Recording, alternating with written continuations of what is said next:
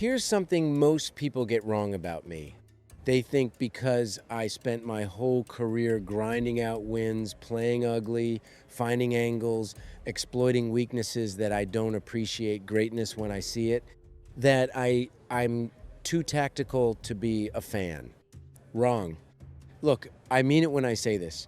After 40 plus years in tennis, playing it, coaching it, analyzing it, nobody loves this game more than me. Nobody. I've been on the court against some of these guys. I've sat in the coaching box watching others, and I've had a front row seat at ESPN for the rest. So when someone asks me which 5 players I admire most, honestly, that's the question I love. Not because it's easy, because it's not, but because it forces me to be real. No politics, no diplomacy. You want my list? Open era only. And yeah, I left one spot open for a while. You'll find out why. Most people admire Pete from a distance. I admired him up close across the net. I mean, there's a difference. When you're watching Pete on TV, you see the titles, you see the trophies, you see the Wimbledon victories, but when you're actually out there playing him, you feel something else entirely. You feel that coldness, that absolute unshakable stillness, like the guy on the other side of the net simply does not feel pressure the way the rest of us do. I played Pete early in his career, Cincinnati, 89. I beat him that week, along with Becker and Edberg. I was on the best run of my life. But even then, even as a young guy who hadn't won anything yet, Pete had that thing, that quality where you never not once felt like he was cracking. You'd win a big point and look across the net hoping to see some doubt in his eyes. Nothing. Just that same expression. Ready, cold, next point. That's not technique. You can't teach that. That's something you're born with or something life builds into you very early. Then I went to the other side, coaching Andre against Pete. I'm sitting in that box watching those two go at it, and I'll tell you, it was one of the most uncomfortable feelings I've ever had in tennis because Pete just wouldn't break. Andre would play some of the best tennis of his life, and Pete would find another gear. No drama, no emotion, just solutions.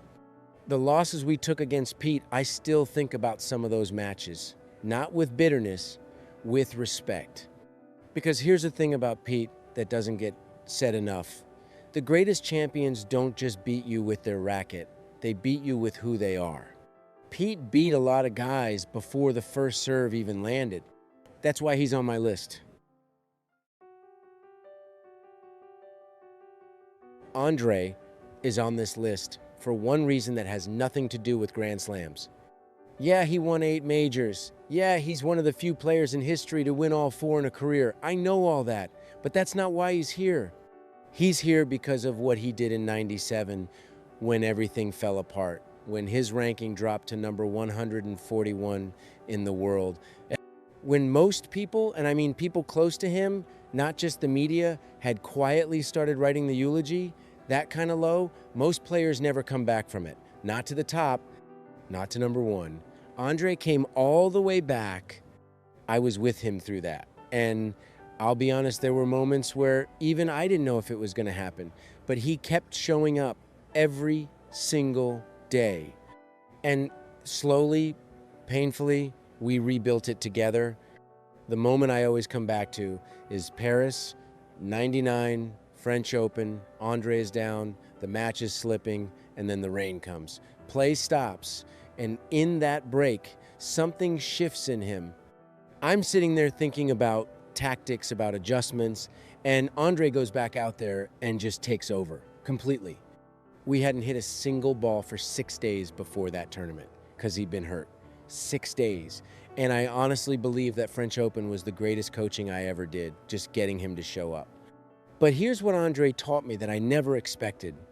He taught me that perfectionism is dangerous. Not helpful, dangerous. He was always chasing some version of himself that didn't exist. Always measuring the win against an imaginary perfect performance. It cost him matches. It cost him joy. I used to tell him, you only got to be better than the guy on the other side of the net. That's it, nothing else. He made me a better coach, probably a better person. Let me be clear about something right away. Roger is not on this list because he's beautiful to watch. I mean, nobody has ever moved on a tennis court the way Roger moves. The offensive game, the footwork, the way he makes impossible angles look routine, it's genuinely something else. But that's not why he's here. Roger is here because of his semifinal record. Think about that for a second. Not the titles, the semifinals. The consistency of showing up in the last four at major after major, year after year, across 2 decades, that number is off the charts. That doesn't happen by accident. That doesn't happen on talent alone. That happens because you have a brain working constantly behind all that beauty. I've been calling matches at ESPN for a long time, and I'll tell you, watching Roger in his prime from the broadcast booth was something I genuinely look forward to, not just as an analyst, as a fan. But the moment that stays with me most isn't one of his titles. It's Wimbledon 2001. This 19-year-old kid, nobody outside the tennis world really knows him yet, walks onto center court and ends Pete's dominance there, just like that. Pete had owned that place for years, and this kid takes it from him in 5 sets, playing tennis that looked like it was from a different planet. I remember watching that match and thinking, everything is about to change. Tennis just found its next era. Now, I'll be straight with you, because that's how I am. Roger is incredible, amazing mover, amazing offensive player, but I don't put him at number 1 on this list. You'll understand why when we get there. Roger is one of the most gifted players I have ever seen, full stop. All right, here we go. I know this is the one that's going to get people fired up, and honestly, good. Rafa Nadal is number 1 on my list. Not number 2, number 1, for the record. Now, before you come at me, listen, I've thought about this a long time. I'm not making an emotional decision here. I'm making the same kind of decision I made my whole career. I'm looking at the evidence. Head-to-head in major finals against Federer, Rafa owned that completely. And when you're trying to separate 2 players who are both all-time greats, that head-to-head in the biggest moments is everything to me. That's not a small stat. That's the whole conversation. But here's what people miss when they talk about Rafa. They always go straight to the clay. 14 French Opens, King of Clay, all of that. And yes, that dominance is probably the most remarkable, sustained achievement I've ever seen in any sport. But the thing I admire most about Rafa has nothing to do with Roland Garros. It's the way he competed when his body was trying to quit on him. I mean, look, this man played through injuries his entire career that would have finished most players years earlier. Knees, feet, wrists, abdominal tears, you name it. Rafa dealt with it. And what did he do? He never used it as an excuse, not once. I've been around tennis long enough to know how rare that is. Most players, and I include myself in this, when something hurts, you feel it in their game before they even tell you. Some part of them is already protecting themselves, already negotiating with the pain. Rafa never negotiated. He had what I call a healthy mindset. Win or lose, healthy or hurt, he walked onto that court the same way every single time. Head down, ready to fight, 0 complaints. That kind of mental consistency is something you cannot coach into a person. Either you have it or you don't. And then there's the human being off the court.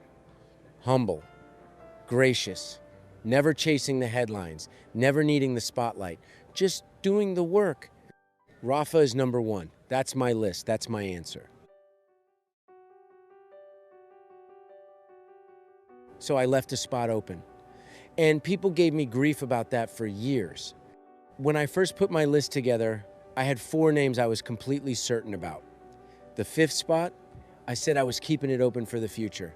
Not because I was being cute about it, not because I was trying to dodge the question, but because I genuinely believed there was a player still writing his story, and I wanted to wait until that story had enough chapters before I made my call.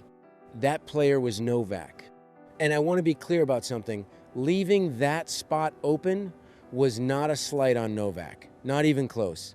It was respect. It was me saying, this guy is doing something so extraordinary that I need to see where it ends before I put him in the conversation. Because once you're on this list, you're on it forever. I don't hand those spots out lightly. Then came Paris, summer of 2024, Olympic Games. Novak had knee surgery just weeks before.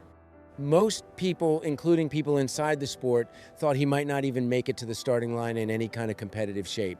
And what does he do? He goes out there and beats Carlos, the best player in the world at that moment, to win the gold medal.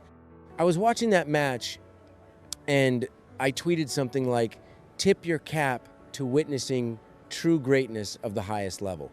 Because that's exactly what it was. That wasn't tennis anymore. That was something else. That was a man willing his body to do things it had no business doing, powered entirely by heart and by the kind of competitive fire that only the truly great ones carry.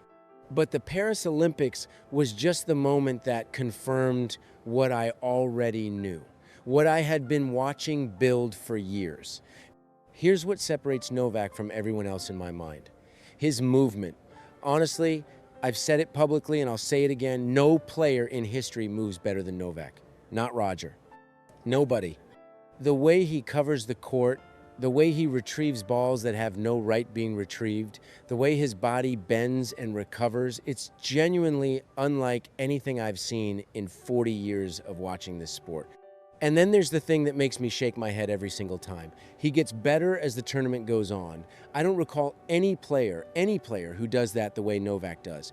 Round one, round two, he might look beatable. By the second week, he's a different animal. The deeper the tournament goes, the more dangerous he becomes. That's not physical. That's mental. That's a level of focus and competitive intelligence that is almost impossible to explain. The fifth spot was always his. He just had to finish earning it. So there it is. 5 names, 5 completely different players, different eras, different games, different personalities. But here's what I keep coming back to when I look at that list as a whole. None of these guys were perfect, not one of them. Pete had his limitations on clay. Andre had his demons off the court. Roger couldn't solve Rafa. Rafa's body fought him his entire career. Novak spent years being the guy the crowd didn't want to win. And every single one of them found a way. That's the thread. That's what connects all 5. They all knew how to win ugly. Not just on their best days, on their worst days. When the serve wasn't landing, when the legs were gone, when the crowd was against them, they found a way. I wrote a book about that idea 30 years ago. Turns out the greatest players in history were already living it. Look, I've been in this sport my whole life. I've learned from these 5 men more than I ever taught any of my players. And that, honestly, is the highest compliment I know how to give.